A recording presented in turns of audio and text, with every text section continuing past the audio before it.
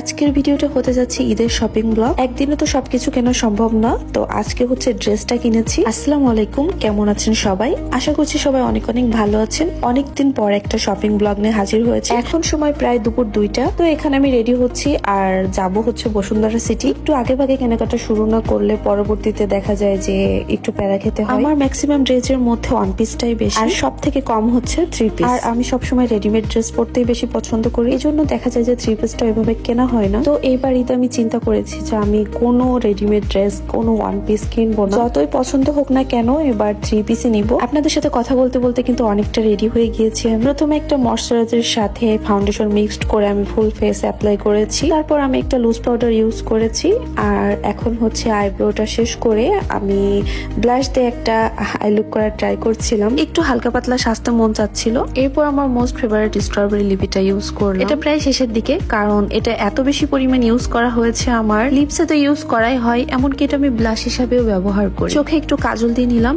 আর এই যে এখন হচ্ছে ইচ্ছা মতো ব্লাশ ইউজ করছি। ব্লাশটা আমি এখানে ভালোভাবে হাত দিয়ে ব্লেন্ড করে নিচ্ছি। যেহেতু এটা অয়েলি টেক্সচার আর এখন তো গরম পড়ে গিয়েছে, এই জন্য আমি একটা পাউডার ব্লাশ দিয়ে এই ব্লাশটা সেট করে নিই। আমার আইলাশ একদমই কার্ল না, তো এখানে আমি কার্ল করে নিলাম। তারপরে হচ্ছে মাস্কারা দিলাম, আর সবশেষে এখন হচ্ছে হালকা একটু হাইলাইটার দিব। ব্যাস কমপ্লিট আমার সাজুগুজু। এবার ঈদে যতটুকু না করলেই নয় ততটুকুই শপিং করব। দেখা যাক আজ ভাগ্যে কোন ড্রেসটা আছে। ছোটবেলায় ঈদের সময় কি করতাম জানেন? ঈদের জামা কিনে লুকিয়ে রাখতাম, কাউকে দেখাতাম না। বাড়ির আশেপাশে যারা চাচাতো বোন ছিল, বান্ধবীরা ছিল, তারা চেষ্টা করতো এসে দেখার জন্য, কিন্তু কাউকে দেখাতাম না। সেম কাজটা তারাও করতো, তারাও কাউকে দেখাতো না। একবারে ঈদের দিন সকালে সবাই সবার ড্রেস দেখতাম। আগে ঈদ আসলে অনেক মজা লাগতো, অনেক ভালো লাগতো, কিন্তু এখন না ওই ফিলিংসটা আর আসে না। ছোটবেলায় ঈদে যদি একটা জামা কিনতাম, তাহলে ওই একটা জামা নিয়ে অনেক খুশি থাকতাম, কিন্তু এখন যদি অনেকগুলাও কিনি তাও ওই অনুভূতিটা আসে না। যাই হোক, বসুন্ধরাতে এসে দেখলাম যে মানুষের ছড়াছড়ি একেবারে কেনাকাটা।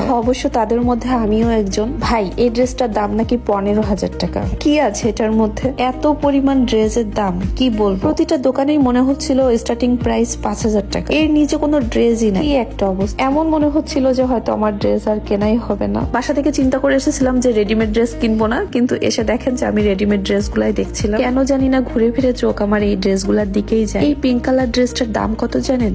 18,000 টাকা। যাই হোক, অবশেষে অনেক ঘোরাঘুরির পরে ইফতারের আগে একটা ড্রেস কিনতে পেরেছি। ইফতারের খুব বেশি সময় ছিল না, এই জন্য তাড়াহুড়ো করে আমরা বসুন্ধরাতে ছোট্ট একটা দোকানে বসে যাই। যাই হোক, ইফতারি শেষ করি। ইফতারি শেষ করে কিছুক্ষণ রেস্ট নিয়ে তারপরে নেমে পড়ি আবার মিশনে। আর এখানে আপু শাড়িও দেখছিল।